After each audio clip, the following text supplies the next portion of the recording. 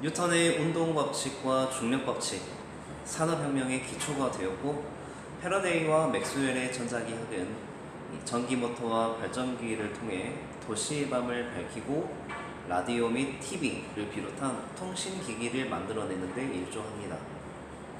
아인슈타인의 질량 에너지 등가 원리는 별의 에너지원을 설명함으로써 인류로 하여금 핵 에너지 시대를 열게 하였죠. 이후에 하이젠베르크, 슈레딩거를 비롯한 일단의 물리학자들 덕분에 양자이론 체계가 구축이 되어서 지금 우리가 집에서 흔히 사용하는 이 컴퓨터와 스마트폰에 들어가는 반도체라든지 그리고 레이저와 인터넷을 비롯한 이런 기술들이 나오는데 큰 일조를 합니다. 이번 시간에도 이 양자 역학이 어떤 역사적 과정에 따라 발전을 해가는지에 대한 내용을 공부하는 시간이라고 생각하면 되겠습니다. 빛의 회절과 간섭은 빛의 파동성으로만 설명이 되고 광전 효과나 컴퓨턴 산란은 빛의 입자적인 성질로만 설명이 되는 현상이죠. 이러한 두 성질은 하나의 실험에서 동시에 나타나지 않습니다. 물질 또한 입자성과 파동성의 성질이 동시에 하나의 실험에서 나타나지 않아요. 이처럼 빛과 물질은 각자가 갖는 입자성과 파동성이라는 서로 배타적인 성질이 상호 보완적인 관계를 이루고 있다라는 걸 보어는 상보성의 원리라고 정의하였습니다. 이 상보성의 원리는 양자 세계에서 기본적으로 적용되는 진리인데요. 우리가 지금 공부하게 될 불확정성 원리가 이 상보성 원리의 하나의 갈래라는 것을 기억하고 내용 들어가면 좋겠습니다. 하이젠베르크의 불확정성 원리 설명하겠습니다. 물체를 본다는 것은 물체에서 반사된 빛을 보는 거죠. 그런데 일반적으로 거시 세계에 있는 물체는 질량이 워낙에 무겁기 때문에 빛이 반사된다고 해서 물체의 위치가 바뀌는 것으로 우리는 여기지 않아요. 따라서 고전 물리학에서는 관측 행위와 관측 대상이 철저히 독립적일 수밖에 없었기 때문에 모든 관측은 원리적으로 정밀할 수밖에 없다라는 전제가 깔려 있었어요.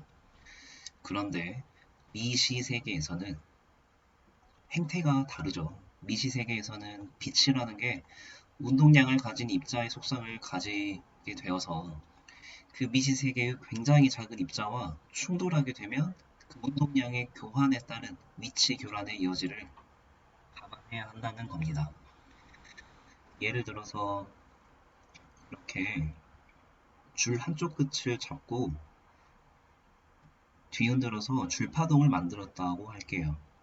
근데 이 상황에서 누군가가 이 파동이 어딘가에 있느냐라는 질문을 한다면 우리는 거기에 정확한 대답을 할 수가 없습니다.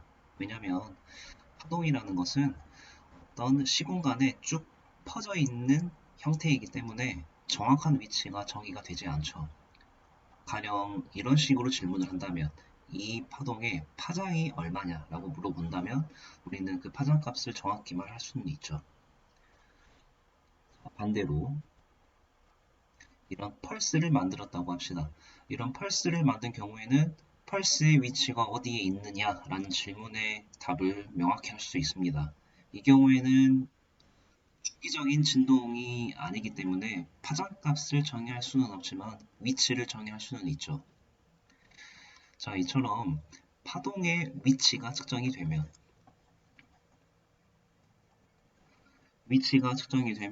그 위치 불확정도 값이 0이나 마찬가지입니다. 이때에는 파장의 정의가 불가해짐에 따라 이 파장 값이 정의가 안 되면 운동량의 값이 정의가 안 되겠죠. 그래서 운동량의 불확정도가 무한대가 돼버리게 되고, 자, 이 경우는 앞서 보았던 펄스의 경우였고요. 그리고 파장이 측정이 되면 줄파동을 만든 경우에서는 파장이 정확하게 측정이 되기 때문에 운동량의 값이 하나의 값으로 정의가 됩니다.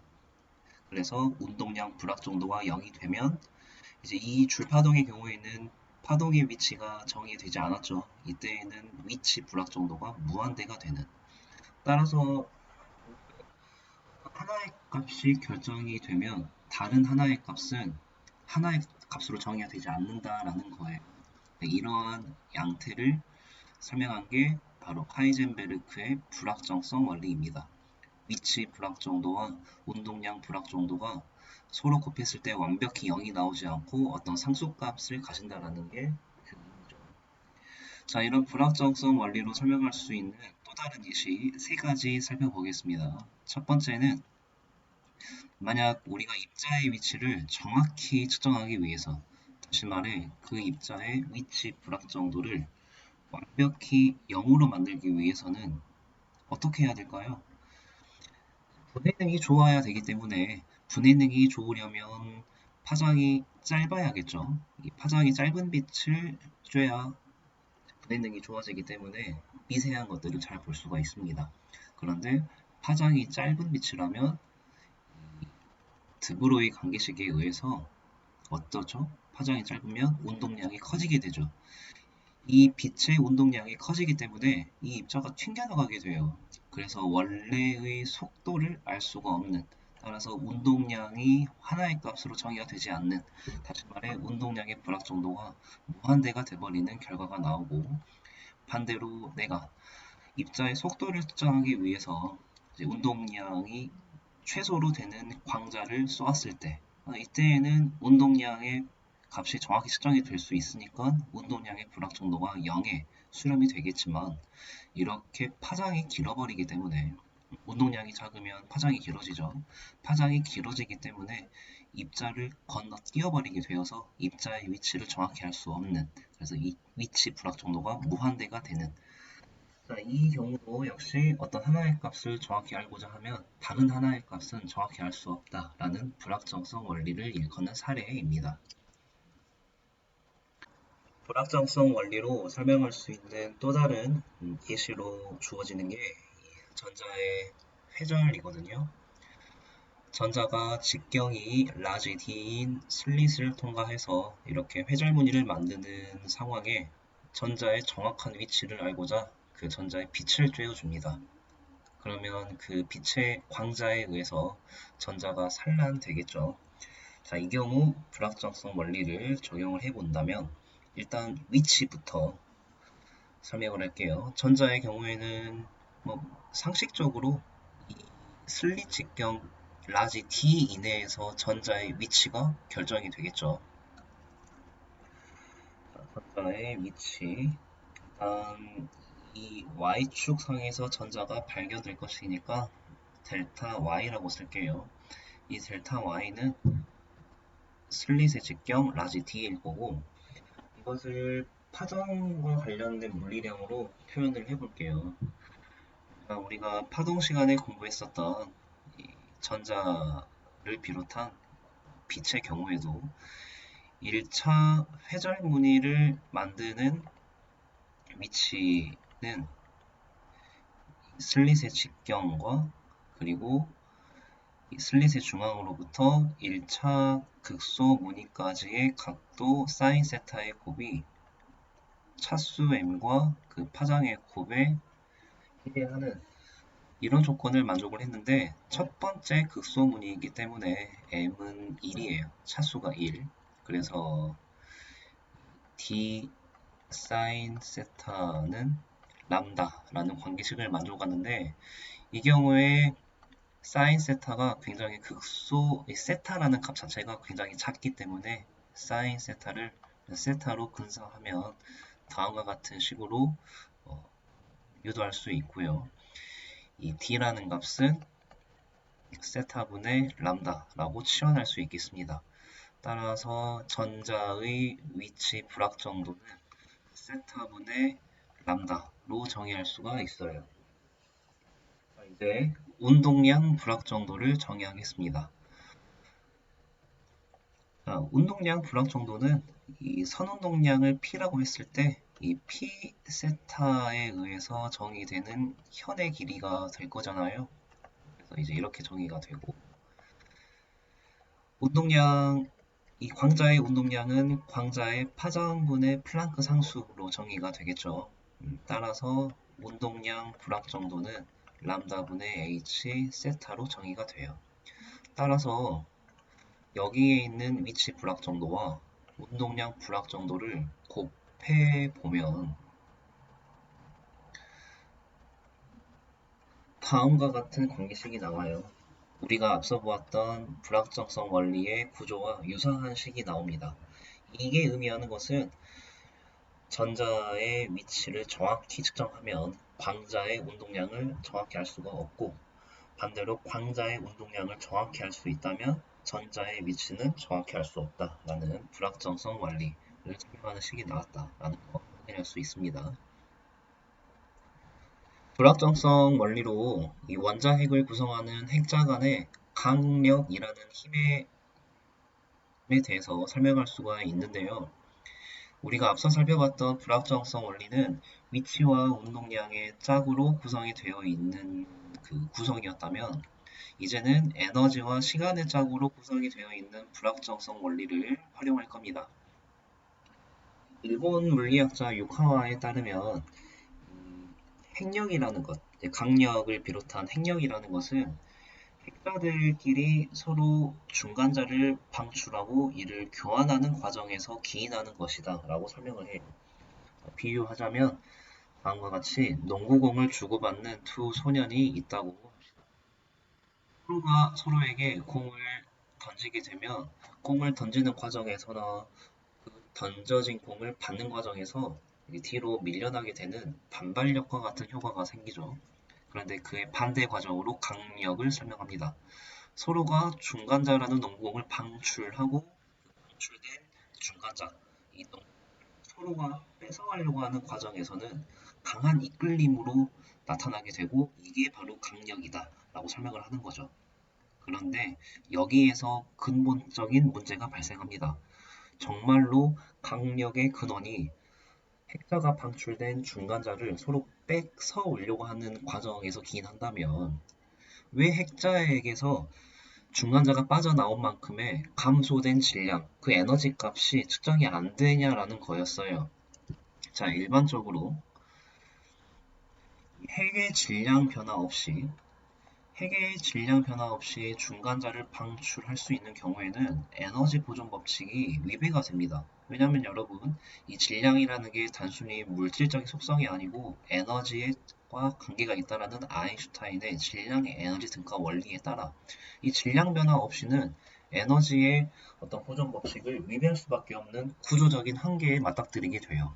자, 그런데 이 불확정성 원리에 따르면 시간의 값이 정확하게 결정이 되면, 예를 들어서 중간자가 방출된 시각이 정확하게 결정이 되었다면 그 중간자가 빠져나오게 됨에 따라 질량 변화에 따른 에너지의 값의 변화가 하나의 값으로 결정이 되지 않고 이렇게 불확정 분포 밴드에 퍼져 있기 때문에 정확한 시간이 측정이 되었을 때 에너지의 값이 어디에나 있을 수 있다라는, 즉 에너지 보존 법칙이 위배될 수 있는 여지가 불확정 분포 밴드에 생길 수 있다라는 겁니다.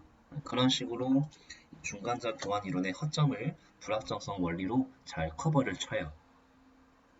물체가 크기와 형태를 가지는 이유를 불확정성 원리로 설명할 수 있습니다. 이 물질을 구성하는 가장 기본 입자가 원자죠. 이 원자는 원자핵과 전자로 이루어져 있습니다. 이 원자핵과 전자는 서로 반대 전하를 띠고 있기 때문에 전기적인 인력으로 서로 끌어당기고 있죠. 서로 끌어당겨지면서 가까워지게 되면 전기 에너지가 작아지게 돼요. 전기 에너지가 작아져야 원자가 구조적으로 안정을 취할 수 있기 때문이죠. 여기까지는 뉴턴 역학의 입장이고, 이게 점점 가까워지다 보면 원자핵과 전자 간의 위치 불확정도가 감소하게 됩니다. 그러면 양자역학의 불확정성 원리에 따라 운동량 불확정도가 증가하게 되고, 그 증가하는 운동량 불확정도에 비례하는 운동 에너지의 불안정성이 생기게 돼요. 다시 말해, 가까워지면서 줄어드는 전기 에너지와 가까워지면서 커져가는 운동 에너지의 불안정성에 그 타협이 이루어지는 거리에서 안정을 찾게 되고 서로가 서로의 거리를 유지한 채 맴돌고 있는 거죠. 그렇기 때문에 원자, 그리고 더 나아가 물질은 크기와 형태를 가지게 될 수 있는 겁니다. 이처럼 불확정성 원리 덕분에 물체의 크기와 형태를 가지게 된다면 왜 크기와 형태를 논하는 거시 세계에선 불확정성 원리가 나타나지 않느냐라는 질문을 하실 수가 있어요. 자, 그런데 그 답은 부등식의 이 상수값에 있습니다. 불확정성 원리의 오른쪽 부등식에 있는 이 항 플랑크 상수값이 원체 작아요. 거시 세계에서는 거의 0에 가깝습니다. 따라서 거시 세계에서는 부등식 자체가 의미가 없어져 버리기 때문에 입자들이 갖는 물리적인 정보가 하나의 값으로 결정될 수가 있어요. 자, 그러나 미시 세계에서는 입자들의 물리적인 정보가 그렇게 딱 하나의 값으로 결정이 되지가 않죠. 일단 하나의 값을 결정을 해 놓아 버리면 다른 물리적 정보는 이 불확정 분포 밴드의 확률적인 형태로 존재할 수밖에 없습니다. 이 미시 세계에서는 입자성보다 파동성이 우세했죠. 따라서 이 미시 세계에서는 어떤 하나의 입자가 가지는 물리 정보가 결정이 되면 또 다른 물리적 정보는 확률적인 형태로, 즉 파동이라는 형태로 시공간에 펼쳐져 존재한다는 거예요. 톨턴이 고안한 원자라는 개념이 현대의 원자 모형에 이르기까지의 과학사적 흐름에 대해서 알려줄게요. 이 톨턴이 원자라는 개념을 고안할 수 있었던 것은 생활 속에 호기심이 있었기 때문이라고 말을 합니다. 이 톨턴이 살았던 영국의 북서부 지역은 굉장히 습하기로 유명했거든요. 비가 너무 많이 왔으니까요. 평상시에 이런 생각을 많이 했다고 합니다. 이 축축한 공기에 얼마나 더 많은 습기가 들어갈 수 있을까? 이 호기심으로부터 원자라는 개념이 창발했다고 해요. 그런데 애석하게도 그때 당시에는 원자의 실체를 본 사람이 아무도 없었습니다. 톨턴 본인도요. 그때 당시가 19세기 초였거든요. 이 원자를 볼 수 있는 초강력 현미경은 그로부터 200년이 지난 21세기 초에나 등장하기 때문에 그때 당시 톨턴의 아이디어는 너무나도 시대를 앞서간 거죠. 그래서 거의 100년 동안 정당한 대접을 받지 못하고 완전히 묻혀서 숱한 논쟁을 야기하다가 이 사람에 의해서 원자라는 건 상상 속의 산물이 아니다, 정말로 있다라는 게 입증이 되죠. 바로 아인슈타인입니다. 이 아인슈타인은 이 물에 떠있는 꽃가루 입자의 운동을 보고 원자라는 것은 분명히 있어야 한다는 것을 결론 내요. 이 운동을 브라운 운동이라고 하는데 아인슈타인 자신의 이름을 따서 붙인 운동입니다. 그때 당시 이 물리학의 한쪽 진영에서는 물질이 원자로 이루어져 있다라고 말했었고, 반대 진영에서는 이 원자라는 것은 상상의 산물일 뿐이며 물질은 연속적인 구성으로 이루어져 있다라고 주장했어요. 그런데 만약에 정말로 물질이 연속적으로만 이루어져 있었다면 물 위에 떠 있는 꽃가루들에게 무한대의 물분자가 무한의 방향으로 힘을 작용하기 때문에 평균적으로 꽃가루가 받는 힘은 평형 상태를 이루게 될 거예요. 따라서 꽃가루는 물 위에 떠 있으면 가만히 있어야 합니다. 그런데 실상 꽃가루가 엄청나게 자유분방하게 움직이죠. 그래서 이를 토대로 아인슈타인은 이렇게 꽃가루의 움직임을 통해서 원자라는 것이 물질을 구성하는, 다시 말해 물질은 연속적인 구성이 아닌 불연속적인 구성으로 이루어져 있어야만 꽃가루가 움직일 수 있다라는 브라운 운동을 논문으로 써내서 발표를 합니다. 자, 이 브라운 운동을 논문으로 쓴 공을 인정받아서 아인슈타인은 노벨상을 타요. 원자라는 존재가 아인슈타인에 의해서 인정을 받게 되고 이 원자라는 개념이 확장을 합니다. 더 이상 쪼갤 수 없는 가장 기본적인 입자였거든요. 톨턴에 따르면. 그런데 이 원자가 스텝 바이 스텝으로 쪼개지기 시작합니다. 그 첫 단계가 바로 톰슨에 의해서예요. 사실 톰슨은 원자를 쪼개기 위한 목적을 가지고 실험을 했던 건 아니었고, 그때 당시에 의견이 분분했었던 이 음극선의 정체를 밝히고자 실험하는 과정에서 불가피하게 원자를 쪼갠 겁니다. 무슨 말이냐면요, 그때 당시에 음극선의 정체는 이제 한쪽은 전자기파다, 한쪽은 입자의 흐름이다, 되게 의견이 분분했습니다. 그런데 이 톰슨은 자기장을 이용해서 음극선이 음전하를 띠는 입자이고 원자보다 질량이 더 작은 입자다라는 것을 실험으로 입증을 해요. 얼떨결에 톰슨은 더 이상 쪼갤 수 없는 입자보다 질량이 작은 근본적인 무언가를 발견한 겁니다. 바로 전자를 발견한 거죠. 이 전자를 발견하고 그리고 이 전자를 이용해서 원자라는 것은 플러스 전하를 띠는 파운드 케이크에 마이너스 전기를 띠는 건포도, 즉 전자가 알알이 박혀있는 구조로 원자가 이루어져 있을 것이다 라고 최초로 원자 모형을 제시한 공을 인정받아 노벨상을 타게 됩니다. 원자가 다시 한번 더 쪼개지게 됩니다. 바로 러더퍼드에 의해서요. 이 러더퍼드는 톰슨의 제자였어요. 이 자신의 스승 원자 모형에 입각하여서 알파 입자를 얇은 금박에다가 쏘아주는 실험을 진행했던 그는 대부분의 알파 입자들이 자신의 스승의 모형대로 그대로 통과하는 것을 관찰하는데 무시할 수 없는 굉장히 유의미한 개수의 알파 입자들은 굉장히 큰 각으로 산란을 하고 오히려 어떤 알파 입자들은 180도 되튕겨서 오는 것을 관찰을 하게 됨에 따라 엄청난 충격에 빠지게 됩니다. 그때 받았던 충격은 다음으로 비유를 줄 수가 있어요. 이 얇은 휴지 조각에 총을 쐈는데 총알이 되튕겨 오는 충격에 비견할 정도였다라고. 그 충격에 휩싸인 러더포드는 거의 1년 6개월 동안 자택에 갇혀 있는 채 두문불출하면서 이 실험 결과를 수없이 되새겨 보았다고 해요. 이제 그 결과 자신만의 어떤 통찰을 얻게 되죠. 이 러더퍼드에 따르면 알파 입자라는 게 사실 엄청 큰 질량과 전하를 가지고 있는 이제 우리가 알고 있죠. 이게 헬륨 원자 핵이거든요. 이 헬륨 원자핵과 같이 무거운 그리고 강한 전기를 띠는 입자가 되튕겨서 날아오려면 원자의 가운데에 굉장히 큰 질량과 큰 전하량을 가지고 있는 무언가가 자리 잡고 있어야 한다라고 결론을 내린 거예요.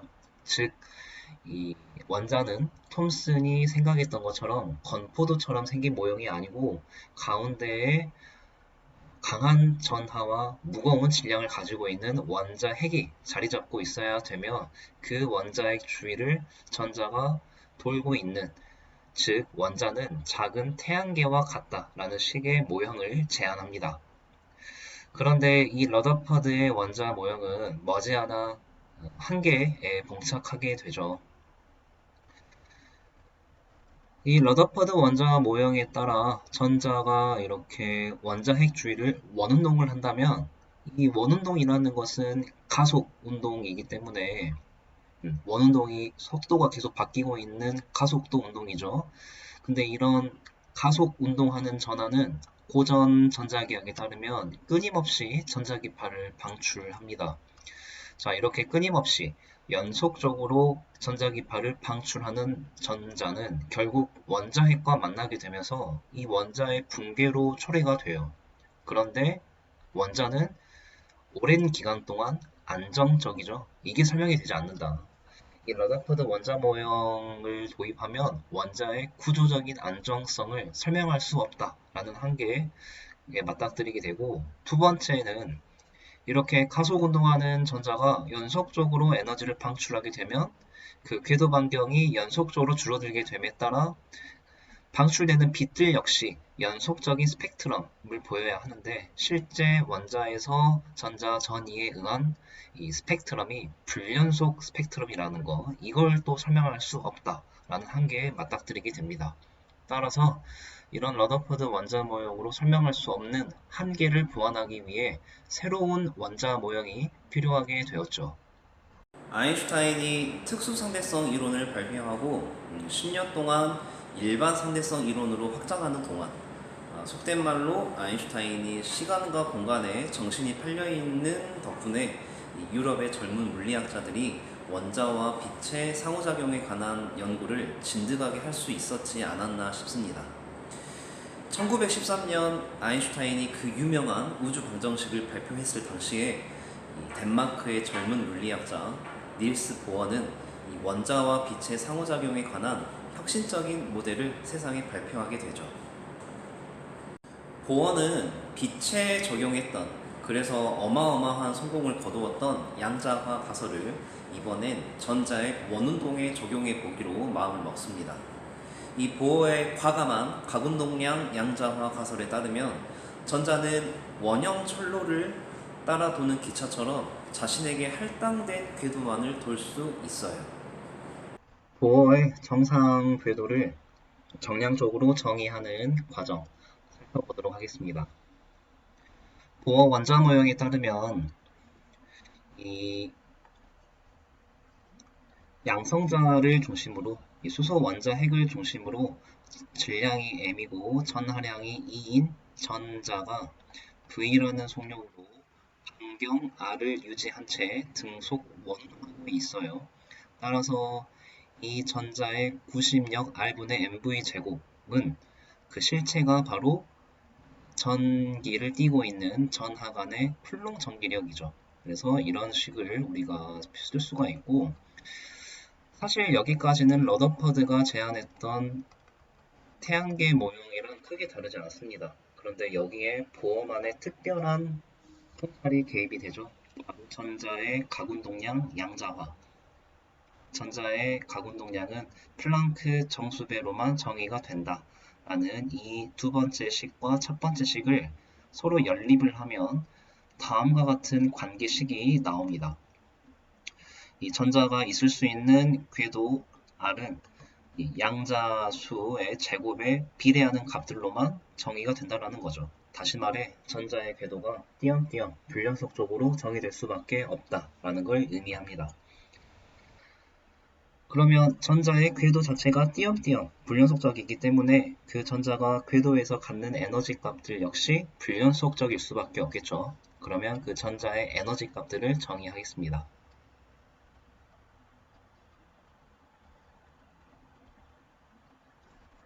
일단 전자가 갖는 에너지는 운동 에너지와 이 전기 포텐셜 에너지의 합이에요. 전자의 운동 에너지는 다음과 같은 식으로 표현할 수 있는데, 이 식의 근거는 등속 원운동하는 전자의 구심력이 쿨롱 전기력과 같다라는 이 식에서 근거해서 만든 식이고요. 그 다음에 전기 포텐셜 에너지 다음과 같이 정의가 됩니다. 자, 얘랑 얘를 합치면 그게 바로 전자의 역학적 에너지, 총 에너지가 되고 다음과 같은 식으로 정의가 되고요. 이 R 자리에 우리가 방금 구했었던 양자화된 궤도식 이것을 대입을 하면 다음과 같은 결과가 나와요. 전자가 궤도에서 갖는 총 에너지의 값들 또한 이렇게 n으로 결정이 되는 불연속적인 값이다. 여기 앞에 있는 상수값에 이게 전자의 전하량의 사승이라는 거 오타 체크하시고요. 그래서 여기에 있는 상수값들, 뭐 플랑크 상수, 전자의 질량, 전자의 전하량, 뭐 유전 상수 이런 것들 다 주어져 있는 값들이니까 이걸 다 집어넣고 바닥 상태, 가장 안쪽에 있는 원자에게 구속되어 있는 전자의 에너지가 마이너스 13.6 일렉트론 볼트가 나옵니다. 여기에서 이 총 에너지에 마이너스가 붙는 이유가 무엇이냐면요. 우리가 전기, 단위 전하당 전기 포텐셜 에너지를 정의할 때 이 무한대인 곳을 기준점으로 두기 때문에 불가피하게 마이너스가 붙는 건데요. 이 마이너스의 정성적인 의미는 전자가 수소 원자핵에 속박되어 있다는 것을 의미하는 기호라고 생각하시면 됩니다. 따라서 이 바닥 상태, n이 1인 상태에 있는 전자를 원자핵으로부터 탈출시키기 위해서는 우리가 여기에 13.6 일렉트론 볼트만큼의 에너지를 주입해주면 돼요. 이제 이런 에너지를 우리가 이온화 에너지라고 하는데, 실제로 수소 원자에 13.6 일렉트론 볼트만큼의 에너지를 주면 정말 수소가 이온화가 됩니다. 어때요? 이 관계식이 보어만의 특별한 통찰, 이 가군동량의 양자화라는 조건에서 태동된 식인데 13.6이라는 이 숫자를 소수점까지 맞춘다. 이거 엄청난 우연이 아니고는 설명이 안 되는 거죠. 이로 인해 보어의 원자 모형이 허무맹랑한 소리가 아니다라는 것을 알게 된 거죠. 이것 말고도 더 다른 것들도 아주 잘 설명을 합니다.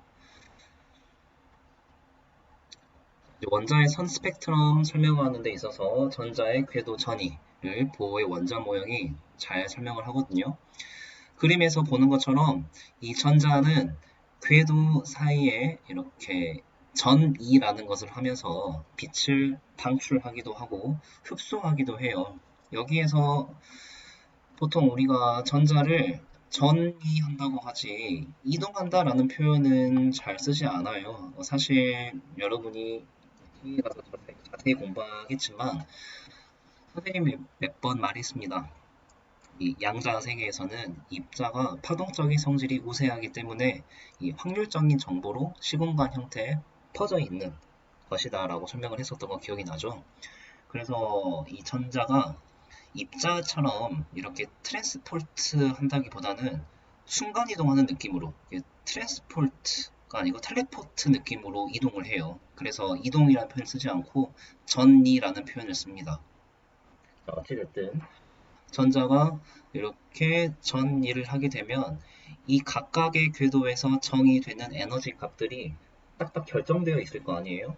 그렇기 때문에 그 궤도 간의 에너지 값의 차이로 빛의 에너지가 결정이 된다. 따라서 궤도 에너지가 결정되어 있는 불연속적인 값이기 때문에 그 불연속적인 궤도를 전이하는 과정에서 방출되는 빛 역시 불연속적으로 정의될 수밖에 없다. 따라서 스펙트럼 선상에 불연속적인 진동수들이 표시가 될 수밖에 없다라는 것입니다.